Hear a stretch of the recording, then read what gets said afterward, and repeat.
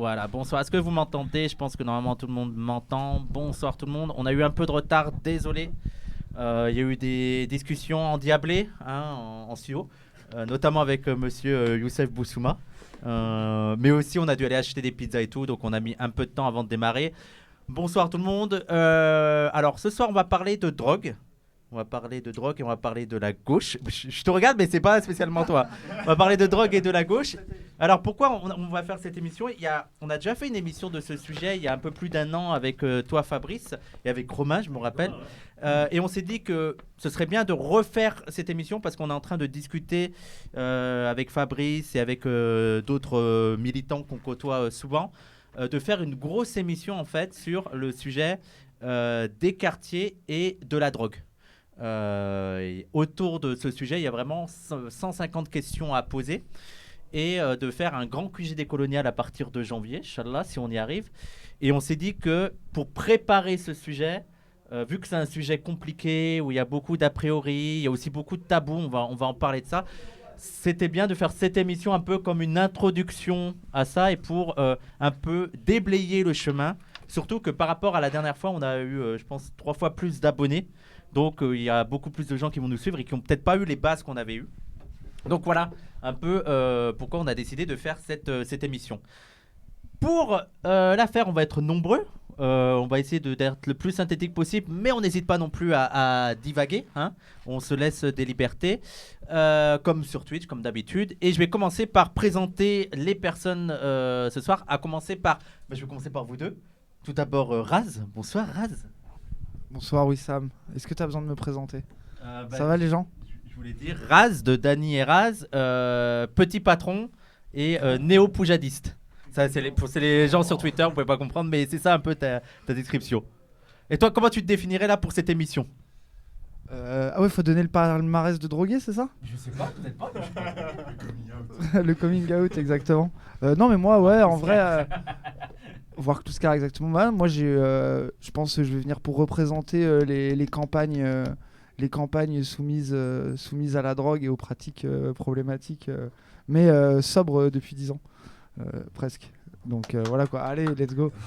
mais sobre, mais pas anti-drogue. Donc voilà, ça sera ma position ce soir. Mais on verra si j'ai des trucs à rajouter.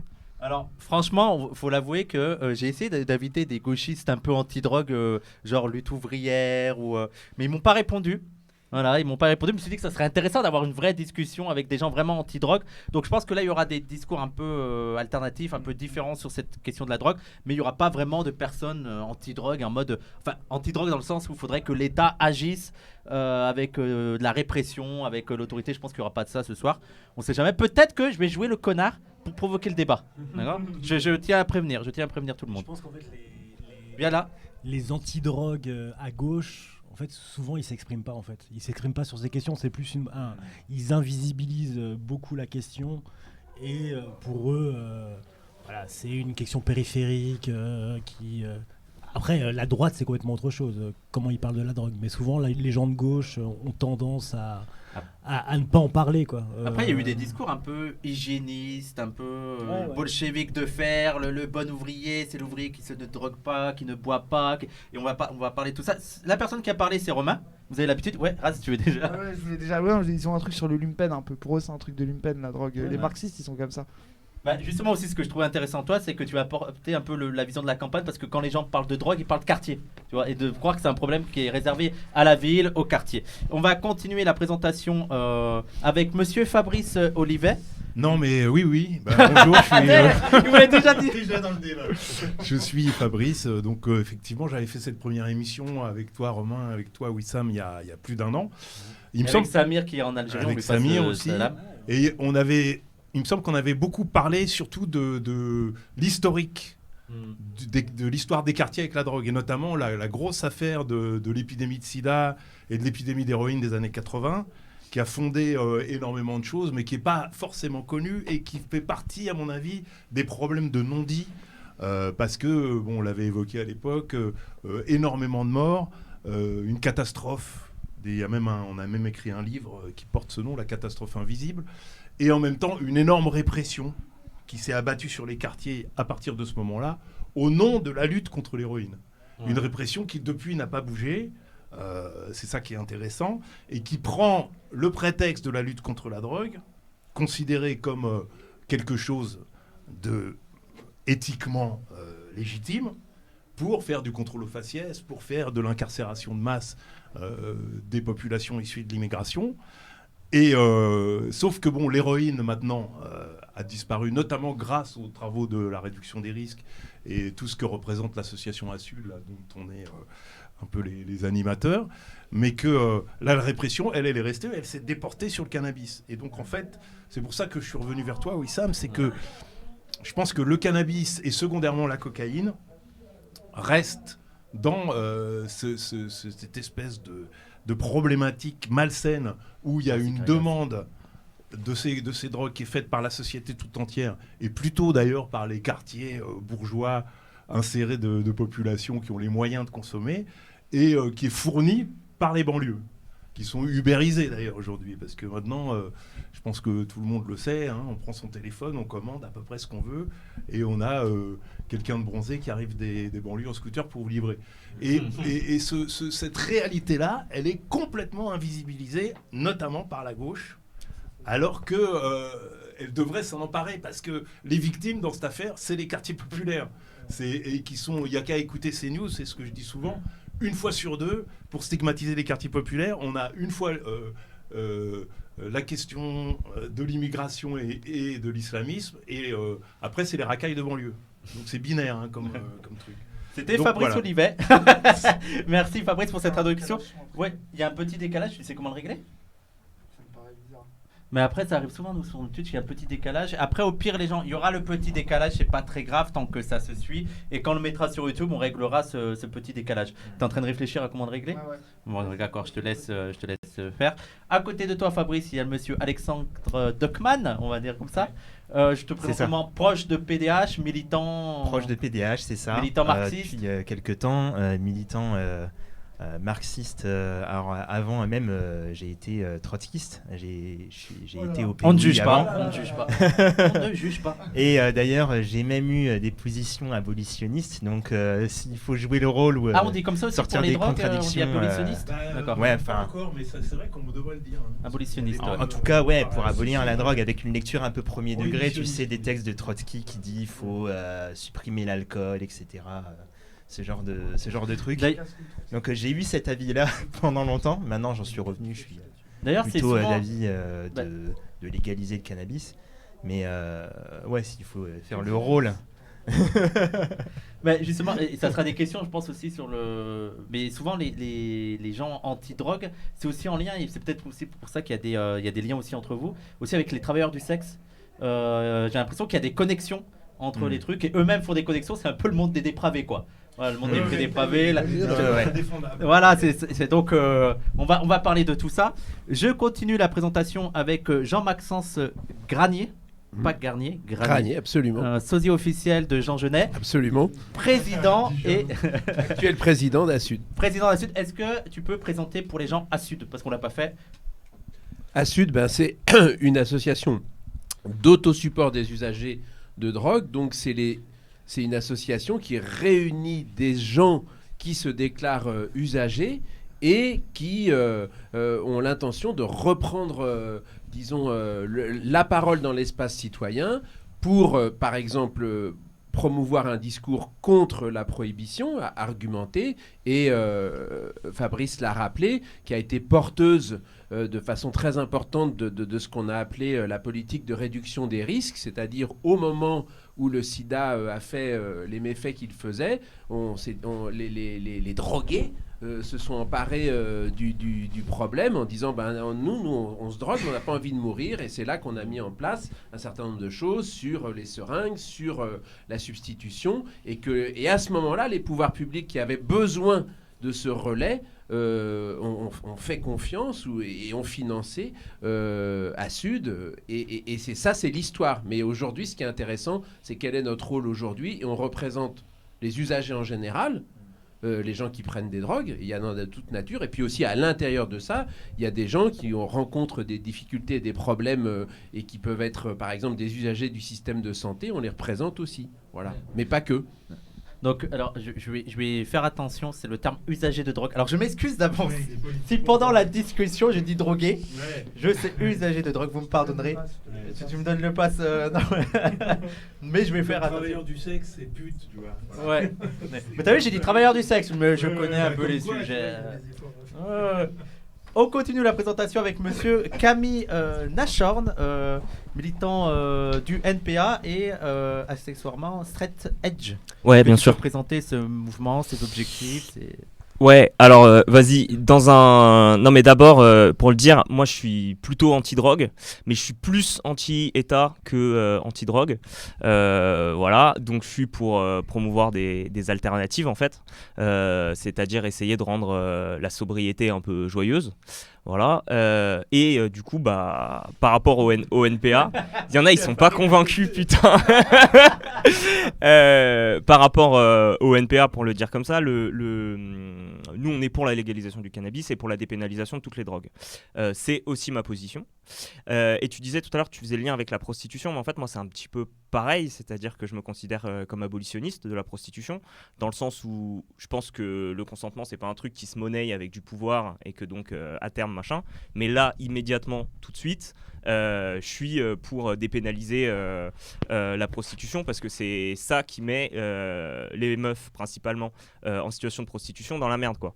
Voilà, et en fait c'est la même chose, c'est-à-dire que moi j'oppose pas du tout l'autosupport des usagers de drogue voilà, à la perspective de développer la sobriété, etc. Après moi, un truc que j'aimerais bien avoir dans la discussion, c'est aussi comment est-ce que la drogue, elle peut être utilisée. Enfin, la drogue, faudrait être un peu précis, quoi. Ouais, voilà, faudrait être un peu précis et tout. Mais elle est aussi utilisée contre les populations. Il y avait un texte des Black Panthers qui s'appelle Capitalism plus dope equal genocide. Il y avait il y a aussi une campagne, par exemple, des jeunesses kurdes au Bakour, au Kurdistan turc, contre justement le fait que la drogue, elle est utilisée contre la jeunesse pour l'empêcher de se mobiliser, pour la séparer de sa famille, etc. Donc voilà, c'est des trucs dont il faudra. Enfin, je suis pour qu'on discute. Et après, le straight edge, pour quand même. C'est un peu les musulmans de gauche. En parler. C'est un peu les musulmans de gauche. Non, mais en fait, le mouvement straight edge, au départ, c'est un mouvement culturel qui vient du punk, en fait. Et c'est des punks états-uniens qui, milieu des années 80, disent putain, on a fait un truc vachement bien avec le punk, un truc contre-culturel, un truc radical, un truc alternatif, et en fait avec l'esprit no future, l'autodestruction, etc., on n'en fait rien de très joli, quoi. Donc on n'a pas peur d'être le mouton noir, de rester sobre et de plutôt valoriser le skateboard, les amis, la musique, etc. Voilà, c'est ça le straight edge. Et donc il y a une scène qui a vécu à l'international depuis 40 ans et qui a donné plein de super groupes. Voilà. Parce qu'en plus tu commentes, mais tu peux commenter. Oui, non, mais c'est vrai que. Non, mais après, je pense que le problème qu'on a, c'est la confusion entre la question de la drogue, et donc, encore une fois, c'est un concept, je pense, qui mérite d'être déconstruit, et la question de la guerre à la drogue. Moi, ce qui m'intéresse, c'est la guerre à la drogue, parce que là, sur le coup, il y a plein de choses qui sont à la fois tabous, pernicieuses, des comparaisons. Toi, tu parles des travailleuses du sexe. Moi, je pense vraiment à la question de l'islam et du terrorisme. C'est-à-dire que c'est une chose de s'interroger sur l'islamisme radical et le terrorisme. C'est autre chose de s'interroger sur l'utilisation de ces arguments contre les quartiers populaires et dans la question du racisme. Bon, voilà.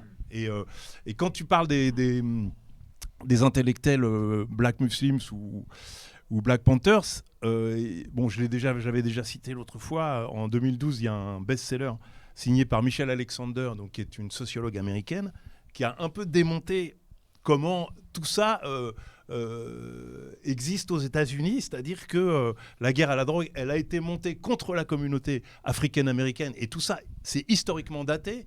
C'est le président Nixon qui, au moment où toute la question des droits civiques émerge à la fin des années 70, se réunit avec ses conseillers et dit on va faire une guerre contre les Noirs, parce que les Noirs, c'est l'héroïne, et on va le dire tous les soirs au journal de 20h, et on va disqualifier leurs élites. Et ça, c'est historiquement daté.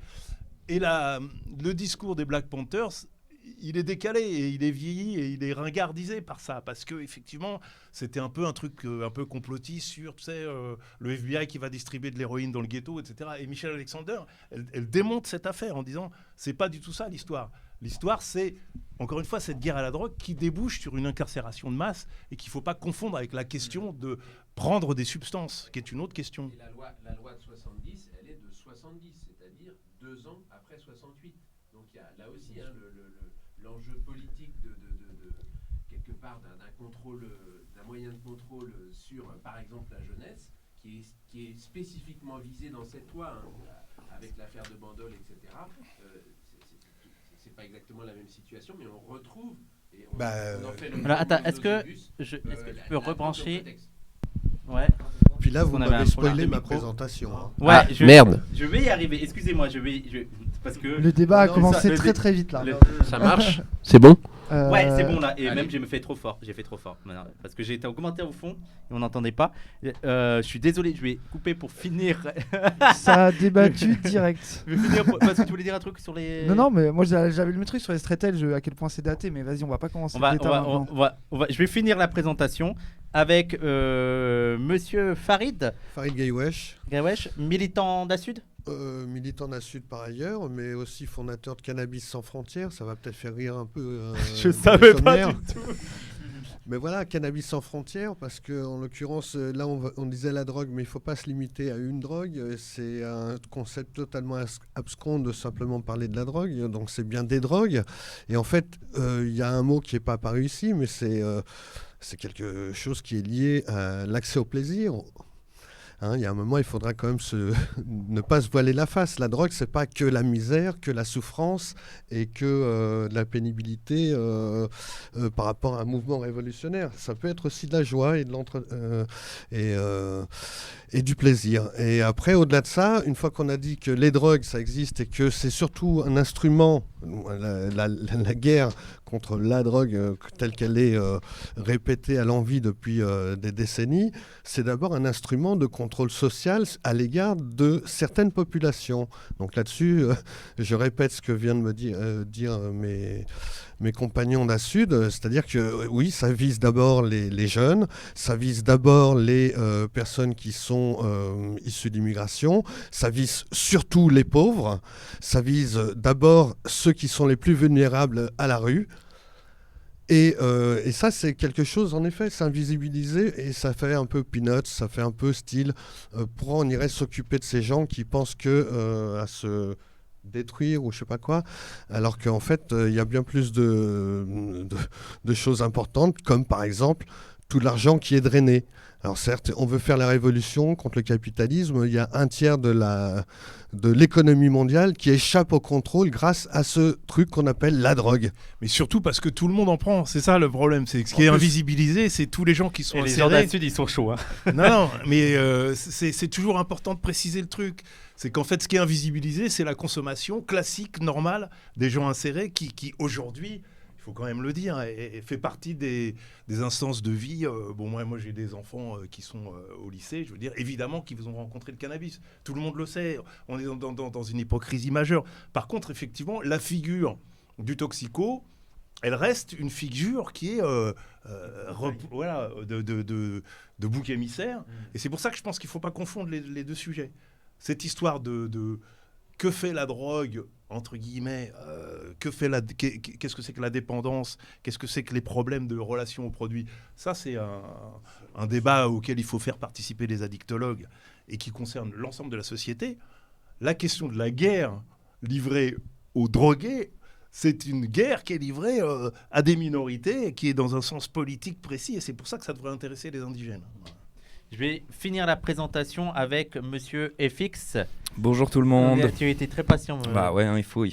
Alors je te présente comme militant Toto. J'aime bien te présenter comme Ah ça. Toto, je sais pas, militant marxiste on va dire.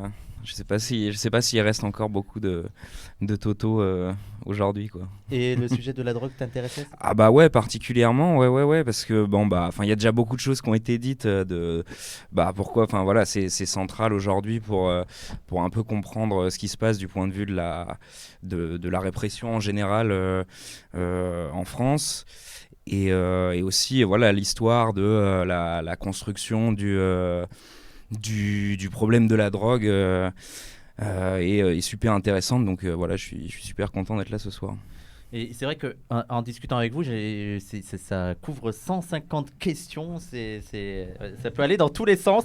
Et même, alors, il devait y avoir, je suis désolé les gens, il devait y avoir Gianfranco Rebuccini, mais malheureusement il s'excuse, il m'avait prévenu dès vendredi, il m'a dit je suis très malade, je fais tout pour revenir, mais il n'est pas venu, il est très très triste, mais il reviendra une prochaine fois. Et lui notamment, il avait, peut-être qu'on en parlera un petit peu ici, mais il fait partie d'un courant marxiste qui ont une lecture assez originale de la drogue, des usages psychédéliques et de la manière dont ça peut libérer un peu une conscience révolutionnaire. Ah, ça te plaît. Ça te plaît, toi, Farid. C'est un vrai sujet.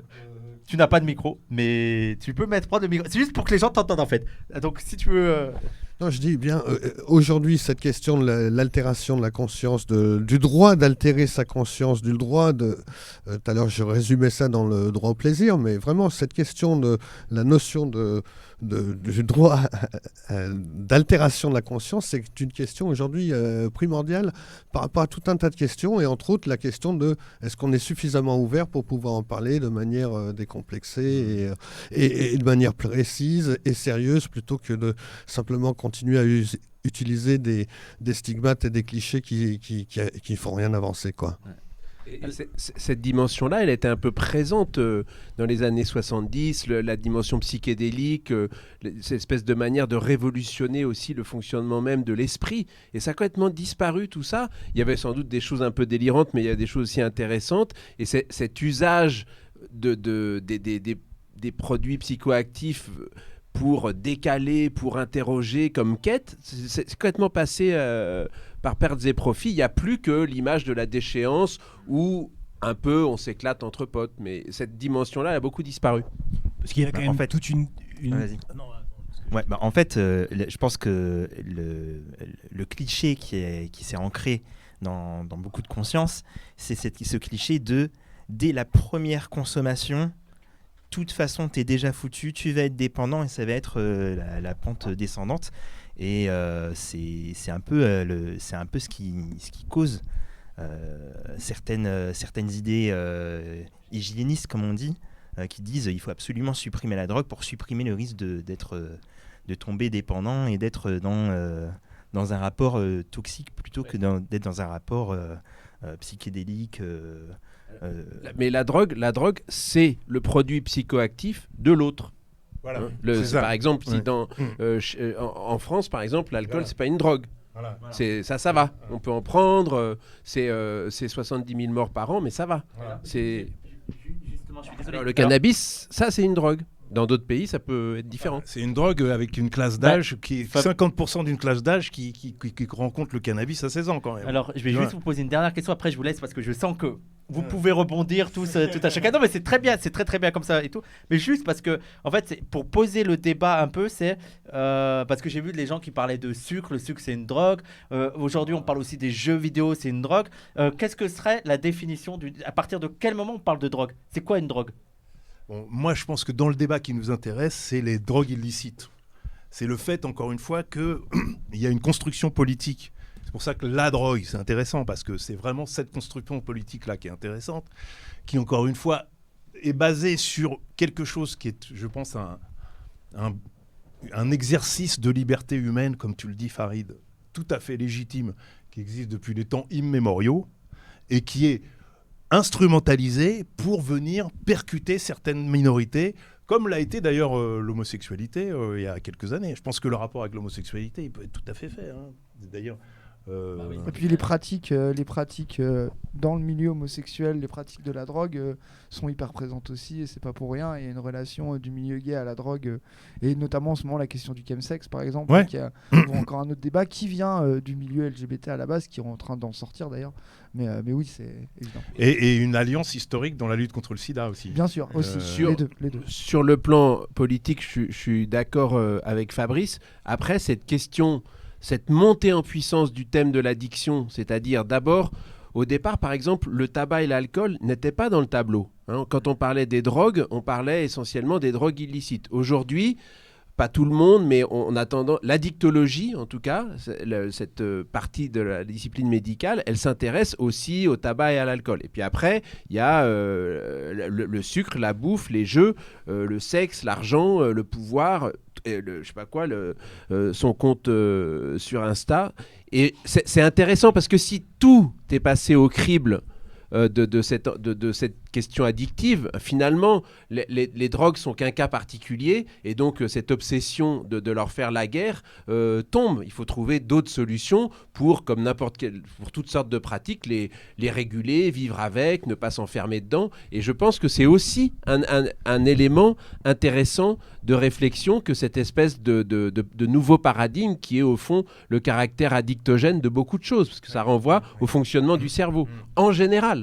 Mais sauf que ça a été utilisé pour invisibiliser la question particulière des drogues illicites. Il faut articuler dialectiquement les deux plans. Exactement. Et historiquement, tu vois, quand nous, on a participé à la réduction des risques, on a favorisé cette lecture addicto qui dit mais dans un but de pédagogie, on pensait que montrer que l'alcool était la drogue dure par excellence des sociétés occidentales, ça allait permettre de déstigmatiser les autres drogues. Et on s'est totalement planté. En fait, on s'est fait refaire totalement par les addictos, parce que derrière, il y a une industrie, il y a une hiérarchie hospitalo-universitaire déjà, avec des médecins qui ont énormément de pouvoir. Tu as des laboratoires pharmaceutiques qui ont des médicaments à placer aussi.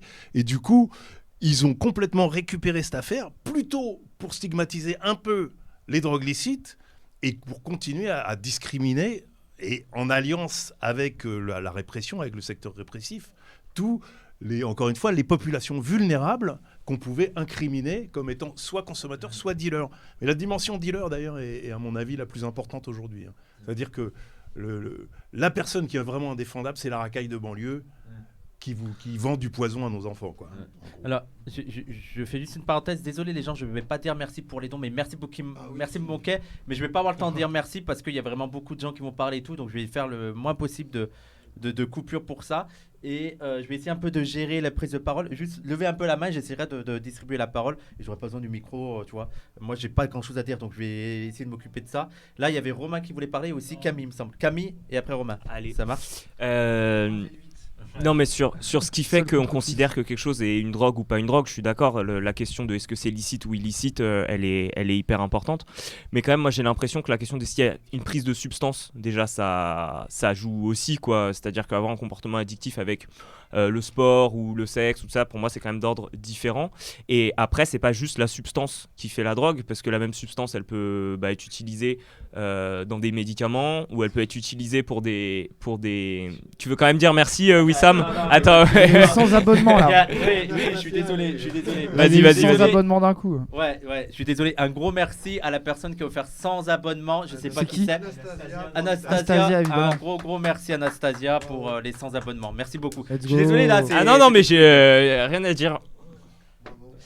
Non mais oui, ou pour des usages spirituels, c'est-à-dire que l'altération de conscience pour des usages spirituels c'est important. Et l'autre truc, c'est que pour moi ce qui fait la drogue aussi, c'est que on va y chercher une altération de conscience justement. C'est-à-dire que moi quand je mange un paquet de bonbons, c'est pas pour une altération de conscience, donc il y a aussi... En fait, c'est un usage social, quoi, qui fait que c'est de la drogue ou pas de la drogue. Et j'ai quand même l'impression qu'il y a un lien... Psychoactif, le terme, en fait. Ouais, psychoactif, voilà. J'ai quand même l'impression qu'il y a un lien entre les sociétés capitalistes occidentales modernes et la drogue. J'avais vu un docu Arte qui s'appelle Histoire mondiale du trafic de drogue. J'imagine que vous l'avez vu aussi, quoi. Mais qui montre l'histoire coloniale de cette histoire de drogue. Le lien avec aussi la Première Guerre mondiale, le développement de la morphine, puis de la cocaïne qui est censée être un palliatif, et ce que tu disais sur les labos tout à l'heure qui ont des trucs à placer, etc.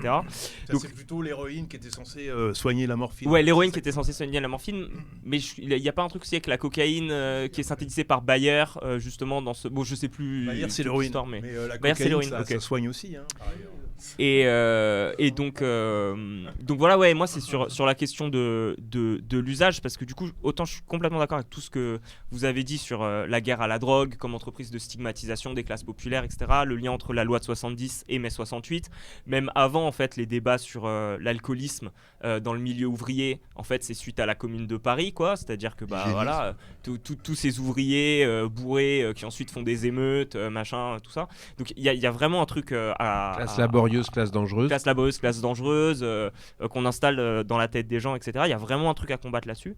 Et de l'autre côté, je trouve qu'il y a aussi un truc avec cette stigmatisation, c'est qu'elle empêche de remettre en cause, pour le coup, les pratiques courantes. C'est-à-dire que pour tout le monde, comme il y a des... ouais, c'est vrai, je suis fatigué. Ouais, pour le congrès du NPA, les 10 ans de congrès du NPA. Et le congrès du NPA, c'était fatigant. Les camarades qui ont fait la conférence de presse, ils étaient pas en forme non plus. C'était fatigué, quoi. Je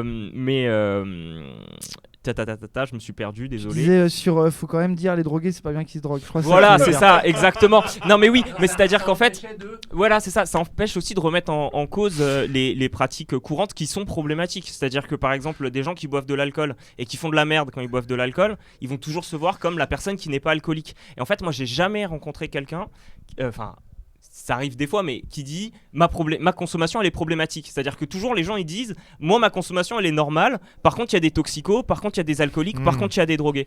Voilà. Et moi du coup je pense que c'est aussi bien de questionner ça, à la fois pour questionner la stigmatisation dont sont victimes les personnes qui consomment, mais à la fois pour permettre aussi une remise en question des pratiques courantes, quoi, sur l'alcool et les drogues. Romain, tu voulais interagir alors Romain, Jean-Maxence. Non, je sais pas. Alors Jean-Max. Ouais, non, j'avais des trucs à dire, mais après, vu que ça part un peu dans. Mais juste pour essayer de répondre à ce que tu dis, moi j'ai l'impression que d'une certaine façon, c'est pas une question politique que tu poses sur la question de la drogue, tu vois. Et c'est ça le problème avec, je pense, les straight edge, voilà. Tu vois, forcément, au bout d'un moment, ça part sur des questions presque morales, de comportement personnel, et donc de stigmatisation morale, tu vois. Voilà, j'ai l'impression que c'est pas très très politique, quoi. Bon, après, bon. Il y a Jean-Maxence et Raz. Non, moi qui suis un vieux social-démocrate, j'étais assez d'accord avec le NPA sur au moins un point qui est...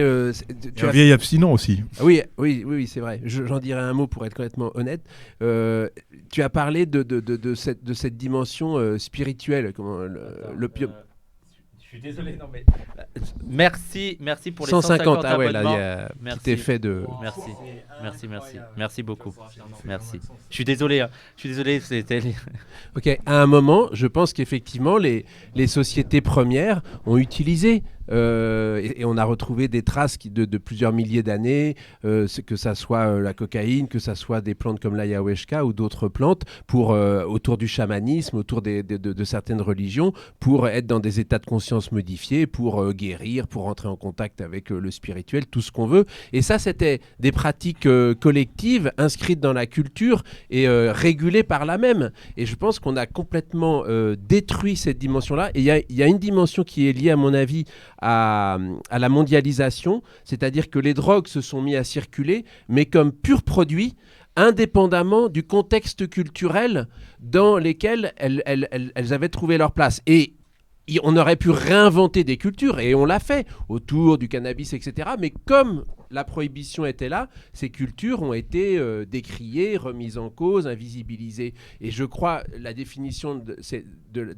par exemple, de l'addiction, c'est la rencontre d'un produit, d'un contexte et d'une personne. Mais la définition même de l'usage, c'est ça. Mais on a le contexte, quelque part, on l'a rendu impossible par la prohibition et par l'interdit. Voilà, donc ça, je trouve que c'est des réflexions intéressantes. Wild Beat Bunch aussi assure. Bravo à toi. Et Farid, il a pris le... Ah non, mais en plus, et franchement, en suivant un peu le chat, il y a quand même des gens aussi qui touchent un peu au niveau de la question, et c'est intéressant de voir comment ils réagissent, les gens. Oui, c'est sympa, c'est sympa. Ouais, moi, ce que je voulais dire, je voulais quand même revenir sur les ferments, parce que là, on aborde, et c'est vrai que c'est important, tu parlais de ces documentaires, il faut quand même ramener ça ça à une forme de domination coloniale aux empires coloniaux, parce que vraiment c'est à ce moment-là où en fait vont émerger ce qu'on appelle aujourd'hui Big Pharma. C'est à ce moment-là que va émerger cette théorie de l'hygiénisme et au travers de de la mondialisation, ces premières règles du commerce international, et tout à l'heure quelqu'un rappelait la Chine et la guerre de l'opium et comment HSBC, la grande banque, s'est constituée. Voilà, ça c'est les ferments de ce système dans lequel on est aujourd'hui complètement englué. Alors on ignore ça malheureusement, mais en effet l'empire colonial français, jusqu'à il y a encore peu de temps, commerçait et, je veux dire, avait une régie des kiffs et du tabac au Maroc, du tacrourir en Tunisie pour exploiter cette question. Et puis après, c'est vrai que la notion de hygiénisme moral, alors c'est vrai qu'il y a historiquement Napoléon, on ne peut pas l'ignorer, mais plus récemment, le rigorisme réganien, il a transféré. Tout à l'heure, tu parlais de Nixon, mais dans les années 80, il est allé de partout. Alors, bon, on va dire, c'était l'économie néolibérale, mais n'empêche que derrière ça, le Just Say No est réaffirmé un message de tolérance zéro. Aujourd'hui, on est en plein dedans. Et d'ailleurs, ce matin, moi, j'étais choqué en découvrant sur Twitter qu'à Paris, il y a une faction d'extrême droite qui est venue empêcher une structure de fonctionner. Et ça, c'est pour moi quelque chose qui est très alarmant parce qu'on va au-devant si on laisse perdurer ce type d'exaction, on va au-devant de choses qui peuvent être encore plus graves. Je me rappelle dans les années 90, je tenais le mur, j'en suis pas fier, on faisait la chasse aux tox. Je suis désolé Fab, je suis obligé de le dire, mais c'était un peu ça, quoi. En gros, nous, on était les petits fumeurs de bédo, on voulait pas avoir de problème avec ceux qui traînaient tous les problèmes de la Terre, grosso modo. Et aujourd'hui, malheureusement, ces gens continuent d'être stigmatisés, quoi, encore plus fort, quoi. Donc là-dessus, moi, j'ai avancé. Je regrette d'avoir mené ces opérations où, en l'occurrence, on voulait être séparés de ceux qui faisaient d'autres usages de drogue. Mais voilà, quoi. Et sorti de la morale, on peut peut-être avoir plus d'humanité seulement, quoi, tu vois. Peut-être qu'il faut préciser cette histoire de chasse aux tox, parce que je ne sais pas si tout le monde historiquement voit bien de quoi il s'agit. C'est-à-dire que dans les années 90, au moment justement où on commence à s'intéresser au sort des toxicomanes qui sont directement victimes de la lutte contre le sida. Voilà, avec le sida et les seringues, c'est vrai que dans les quartiers, il y avait une volonté de ne plus du problème. Voilà, de ne plus être stigmatisé comme étant l'endroit où on vient chercher de la drogue, donc la drogue, l'héroïne, de l'héroïne contre leur propre communauté pour virer les toxicos. C'est ça, c'est ça. Ce sera sûrement l'un des sujets qu'on aura sur les quartiers quand on parlera des quartiers de la drogue, parce que ça fait partie aussi des riverains. Alors, un grand tabou, une grosse omerta quand même cette question. Vas-y. Ouais, j'ai été patient. Non, mais juste parce que je pense que c'est pas de ça qu'on va parler beaucoup, mais t'as parlé du rapport individuel à la drogue, de l'après. Déjà, t'es un peu tout seul contre tous, j'espère que ça va. Mais terrible. Mais toi, tu disais c'était pas trop politique, c'était de la morale et tout. En vrai, genre, tu regardes le mouvement Straight Edge, par exemple, à la base, il s'est construit aussi sur un truc politique de. On a beaucoup vu, moi je me rappelle des groupes avec les paroles, on a vu nos grands faire mourir de la drogue, faire de la merde, tu vois, donc il y a quand même un truc comme ça. Et puis même moi je vois, pour prendre mon exemple de la pratique de la drogue en Normandie, donc il y a 12 ans, je pense que c'était l'un des derniers endroits de France dans les campagnes, il y avait encore de l'héroïne justement. Et nous on a été confrontés à l'héroïne hyper tôt, en tout cas il y en avait, c'était hyper banalisé, et c'était vraiment un rapport individuel à l'ennui, à l'abandon, au truc, au territoire. En quelle année tu parles Moi j'ai commencé l'héroïne, j'avais 20 ans, donc c'était en 2010. 2009-2010, tu vois. C'est un endroit où ça avait disparu de plein d'autres endroits. C'est ça. Et nous, c'était le rapport bon. Pour l'histoire, en fait, c'était les free parties, beaucoup de speed, et l'héroïne est donnée et c'est donné pour redescendre en fait. Et en fait, les mecs, ils t'enfilent pour faire redescendre. Enfin voilà, tu vois. T'en demandes aussi. Voilà, c'est ça. Bah, on m'en a donné, mais après, j'étais très consentant. Il y a pas de problème. Mais du coup aussi, ça, le truc, c'est que moi, je vois à cette période-là. De ma vie au niveau pas de thunes, pas de taf, etc. Je sais que si j'avais pas eu la drogue et notamment l'héroïne, et notamment pour aller dans le salariat, parce que le salariat me rendait fou, je pense que je serais mort ou j'aurais pu mettre fin à mes jours, tu vois, parce que le seul moyen que j'avais d'aller dans les tafs de merde, et moi j'avais des potes, c'était à l'abattoir, pour accepter d'aller bosser à l'abattoir, c'était l'héroïne, tu vois. Et en fait, ça a été un vrai moyen, paradoxalement, ce qui moi a failli me tuer, parce que en plus je m'en ai injecté et tout, donc tu vois, c'était vraiment radical, ça a vraiment failli me tuer, je me suis vu crever, mais paradoxalement, ça m'a vraiment sauvé la vie, tu vois, pour de vrai. Et le plus ironique là-dedans, dans le rapport à la drogue, c'est que c'est en prenant du LSD que je me suis vu mourir et que j'ai arrêté de prendre de l'héroïne, tu vois. Donc ça veut dire que même dans la pratique de l'héroïne, c'est encore une fois la drogue qui m'en a sauvé, parce que ce truc dont on parlait de révélation mystique, moi je l'ai eu grâce à une descente de LSD un peu bizarre où je me suis vu dans un miroir parcheminé, machin, tu vois. Donc même dans tes pratiques individuelles, et tu disais aussi les drogués ils se rendent pas compte, bien sûr que si. En fait, moi je le vois comme ça, c'était une négociation avec qu'est-ce qui va me tuer le moins vite, tu vois. Est-ce que ça va être la dépression, mes conditions de vie, ou est-ce que ça va être la drogue? Et moi j'étais arrivé à un point où j'étais en mode, je préfère vivre encore 5 ans dans le plaisir de l'héroïne que de vivre 40 ans dans le salariat. C'était ça que je me disais dans la tête, mais vraiment très sincèrement, tu vois. Et c'était conscientisé, c'était une manière de choisir ma fin, quoi, tu vois. Et je le voyais comme une liberté, tu vois. Après, je le conseille pas du tout, et au final, je suis heureux de m'en être sorti, etc. C'est pas ça la question, mais en même temps, c'était je refuse qu'on m'enlève le droit d'avoir eu conscience que ça me détruisait et que c'était un truc, je suis d'accord avec toi, tu vois, que c'était un truc qui me faisait du mal, mais aussi ma liberté d'avoir choisi la manière de me détruire avec ça et pourquoi je le faisais, et même politiquement, qu'est-ce qui m'avait mené à ça, tu vois. Donc après, c'est pour ça que les rapports individuels c'est intéressant, mais c'est plus un truc, c'est un autre débat, quoi. Mais voilà. Juste pour répondre sur le truc individuel, non, mais ce qui m'a interpellé.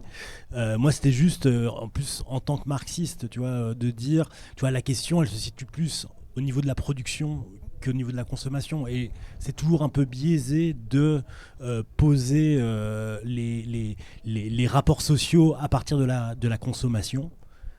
Mais et c'est pas pour ça que c'est pas intéressant. C'est très intéressant, et ça pose des questions en termes de récits de vie qui sont fondamentaux.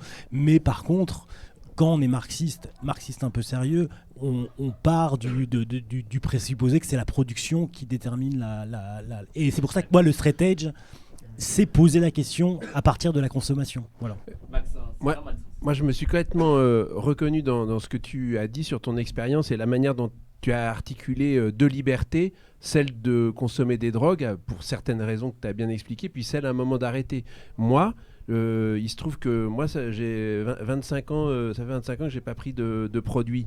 Je suis président d'Asud et je suis un militant engagé de la déprohibition. Il faut complètement distinguer les choix individuels qui sont personnels, qui sont liés à des expériences et qui relèvent de la liberté, et les engagements politiques sur ce sujet. Donc individuellement, je comprends très bien la notion de straight, et politiquement, je la remets en cause dès lors qu'on veut l'imposer à tout le monde. Et ce que je trouve intéressant, c'est quand tu dis, moi j'ai eu certes... Les gens, ils prennent des produits pour certaines raisons. Dans le rapport au travail, d'ailleurs, la phrase de Marx, je ne suis pas marxiste, sur l'opium du peuple, et il faut la comprendre comme ça.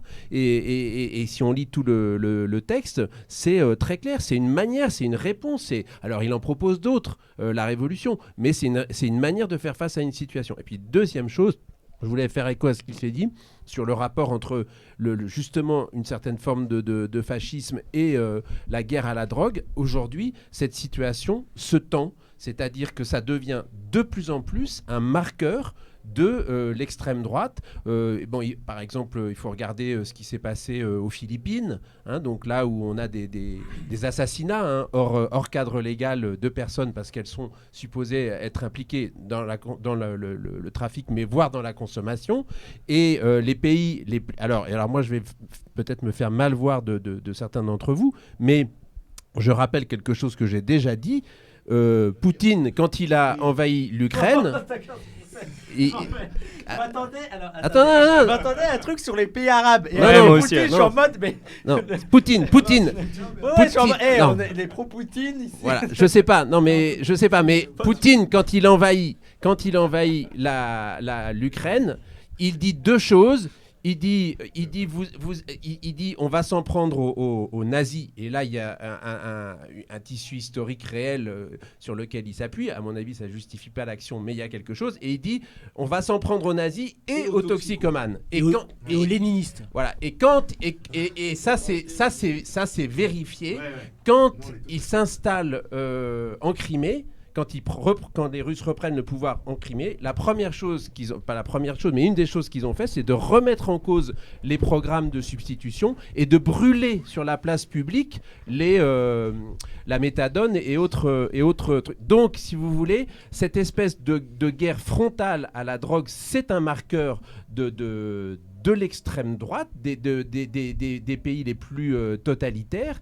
Et c'est d'ailleurs très étonnant que dans des pays qui se prétendent des démocraties, ou qui veulent en tout cas être des démocraties, comme le nôtre, on ne se rende pas compte qu'il y a un espèce d'alignement entre la guerre à la drogue et tout simplement une emprise sur les libertés des individus. Et c'est là où je te rejoins totalement. C'est-à-dire qu'on veut combattre une aliénation, l'aliénation mettons qu'elle existe par la drogue, en créant une autre aliénation qui est la privation de la liberté. Et là, il y a un paradoxe fondateur qu'il faut attaquer de face, parce que tout part de là. Ah non, mais ils sont pas capables de décider parce qu'ils sont aliénés par la drogue. Donc on va les mettre à l'hôpital, en prison, on va les stigmatiser, les invisibiliser. Tout le problème est là. Et toi, là, c'est pas un compliment, c'est un constat. Tu racontes un parcours qui est fait de choix, de liberté, de réorientation. Voilà. De quelqu'un de libre, dans sa complexité. Et c'est ça qui est intéressant, et c'est ça qu'il faut redonner à chaque sujet, qui devienne sujet de son propre parcours. Il y a des moments où on consomme, on prend plaisir à le faire, il y a des moments où on se rend compte que ça peut être une impasse, on change, on peut changer de produit, on peut ralentir, on peut arrêter, on peut recommencer, tout est possible. Mais encore faut-il faire confiance à la liberté de l'individu pour lui-même. Pardon, ça a été long. Pas de souci. Ouais.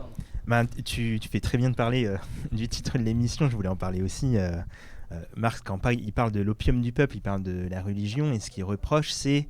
ce qu'il critique précisément, c'est qu'il y ait des personnes qui soient dans des conditions d'aliénation vis-à-vis du système capitaliste, qui vont avoir un rapport à la religion où ils veulent remettre à plus tard le fait de combattre le système capitaliste, et le fait que c'est une sorte de consolation, en fait, plutôt que de se confronter à la situation réelle.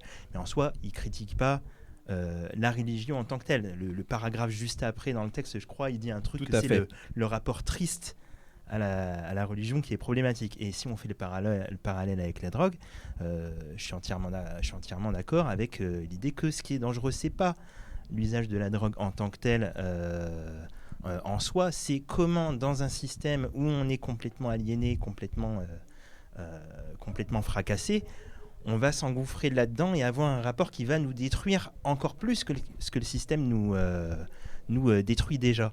Et moi, ce qui m'embête, c'est... ce qui m'embête, c'est quand on va avoir un rapport à la drogue, on va pénaliser les gens qui consomment. On va pénaliser aussi d'ailleurs des gens qui dealent. Mais en vérité, quand tu regardes les parcours, tu as plein de parcours individuels de dealers qui en fait peuvent pas faire autrement parce qu'ils n'ont pas de taf, ils touchent pas le chômage, etc. Alors tous ne sont pas comme ça, mais j'ai connu moi-même des dealers qui me racontaient qu'ils avaient rien d'autre à faire en fait. Et voilà, faut replacer, je pense, si on est vraiment, à mon avis, marxiste conséquent, il faut replacer le fait que d'abord il y a le système qui nous impose la domination. Fabrice, et après... Non mais c'est toujours pareil, c'est que finalement on en arrive à des discussions très compliquées qui paraissent extrêmement subtiles par rapport à une chose très simple qui est l'exercice de la liberté individuelle. qui est que les questions de drogue, c'est d'abord des histoires de demande. Et qu'en fait, on est tous élevés, mais y compris les consommateurs, hein, dans cette idée simple, dans cette idée simple aussi, que la prohibition, elle est justifiée parce que ce serait, la drogue, une question d'offre. C'est-à-dire que la prohibition, les lois qui prohibent les drogues sont basées sur cette idée que c'est des produits addictifs, donc les gens qui les offrent vont te tenir par l'aliénation que va créer l'addiction aux produits. C'est absolument... Ça, c'est de la propagande pure. Parce que, pourquoi je dis c'est d'abord une question d'exercice de la liberté, c'est que, bien sûr que... il y a des questions de sociabilité, de socialisation, de ritualisation qui font que cet exercice de cette liberté de consommer un produit, elle a pas d'effet, elle a moins d'effets négatifs sur toi quand tu la ritualises. Les vieux qui fument du kiff au Maroc, personne ne les a jamais emmerdés. Quand on parlait du rapport post-colonial, ou du rapport colonial plutôt, que la France elle a entretenu avec ces sujets, elle est arrivée dans des sociétés où les drogues étaient ritualisées, et c'est ce que tu expliques aussi très bien. Et dans ces cas-là, l'exercice de cette liberté individuelle, elle est évidente pour tout le monde. Mais nous, on a été nourris par ces 50 ans de prohibition. Encore, 50 ans, c'est juste à l'autre 70, qui, encore une fois, vise à instrumentaliser cette stigmatisation, et je répète toujours la même chose, pour taper sur les plus faibles, pour taper sur les vulnérables. Alors que le fond du sujet, c'est que les gens, ils veulent consommer. Parce que depuis l'aube de l'humanité, c'est un signe d'humanité, tout simplement. Depuis le néolithique, depuis peut-être sans doute avant. Et on a même retrouvé des gens qui faisaient incuber des grains dans un truc pour, avant le néolithique. Donc enfin, c'est une définition de l'humanité. Et quand on essaye de stopper comme ça un exercice fondamental de liberté individuelle, c'est toujours au bénéfice du pouvoir qui vient utiliser ça pour stigmatiser une communauté. On avait déjà eu d'ailleurs cette discussion la dernière fois. Moi, je trouve que c'est un peu un rapport problématique à cette question, parce que je veux dire... parce que là, en fait, on est en train de construire une espèce de liberté un peu comme un phénomène, une hypostase un peu... un truc abstrait qui aurait été exercé de tout temps, et il y aurait l'État qui viendrait de l'extérieur réprimer cette liberté. Et je trouve que c'est un discours qui est assez homogène, avec une forme, et c'est peut-être un peu tapante d'ailleurs, un peu libertarienne, tu vois, de trucs comme ça. Non. Libertarien. Non, mais en tout cas, ça peut être un... Parce que j'ai déjà eu... En plus, j'ai déjà eu cette discussion avec toi, tu m'avais déjà dit, donc c'est pour ça que... Les libertariens m'agressent moins que les prohibitionnistes. Voilà. Non, mais après, moi je pense que justement, on peut... Ce sujet. Mais je pense qu'on peut justement éviter ces deux écueils, l'écueil un peu libertarien, liberté, liberté chérie, voilà, voilà, et puis de dire en fait qu'il y aurait une demande qui serait presque quelque chose de fétichisé comme ça, extérieur au monde social, et il y a le monde social qui vient réprimer cette demande. Moi je pense qu'en fait on est socialisé tout le temps, et même dans notre demande est toujours socialisée, et on est aussi le produit de notre société. Et la drogue, alors je pars dans des trucs un peu philosophiques comme ça, mais la drogue comme objet culturel a été construit par le capitalisme, donc je pense que c'est un peu un mauvais biais, je trouve, de prendre ce truc-là sur le biais de la liberté individuelle. Par exemple avec le sexe, par exemple. Mais même le sexe, ou par exemple même l'homosexualité, par exemple, on parlait de ça tout à l'heure, l'homosexualité, c'est un objet social qui a été construit, c'est ce que dit Foucault. Je veux dire, Foucault, voilà, mais donc c'est exactement la même chose. Moi, je pense pas qu'on puisse parler de drogue et de consommation de drogue et pour la société antique, et tu vois, où la liberté individuelle des gens qui avaient envie de se faire, envie d'avoir du plaisir dans la société antique, on serait surpris. Toi mais et c'est, moi, mais c'est autre chose. Spécialiste Mon du avis, truc. c'est autre chose. Mais- c'est mais- des rapports culturels, c'est des rapports religieux. Mais c'est pour ça que j'ai parlé de ritualisation. Hein. Tu vois, j'ai Ouais, insisté mais là-dessus. voilà. Sur le fait que la ritualisation et la socialisation réduit les risques. Réduit les risques, clairement. C'est un instrument de réduction des risques. Mettre des mots sur des sensations, c'est clairement quelque chose qui te permet de retrouver cet exercice de liberté individuelle que je trouve fondamental. C'est ça que j'ai dit, surtout pour répondre à ce que disait le camarade là tout à l'heure.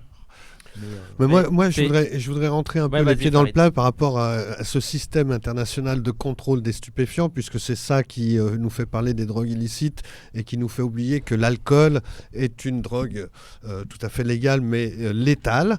Et qu'on a tendance à l'oublier et qu'on a toujours tendance à focaliser sur l'héroïne qui va mener à la mort, alors qu'il faut rappeler que la drogue létale par excellence, la première, c'est l'alcool. Et elle ne se subit pas le même statut, sauf à quelques endroits dans le monde où, pour le coup, on en parle un peu aujourd'hui avec cette Coupe du Monde. Mais là où je voulais en venir, c'est vraiment sur la reprise de contrôle par rapport au marché. On était jusqu'à présent dans ce système international de contrôle au travers de substances qui étaient réservées pour un usage strictement médical et scientifique. Et donc ce qu'on a combattu, soi-disant, c'est un usage détourné de ces substances réservées pour être des médicaments. Ma grand-mère, quand elle prenait ses drogues, elle me disait « je vais prendre mes drogues », c'était ses médicaments.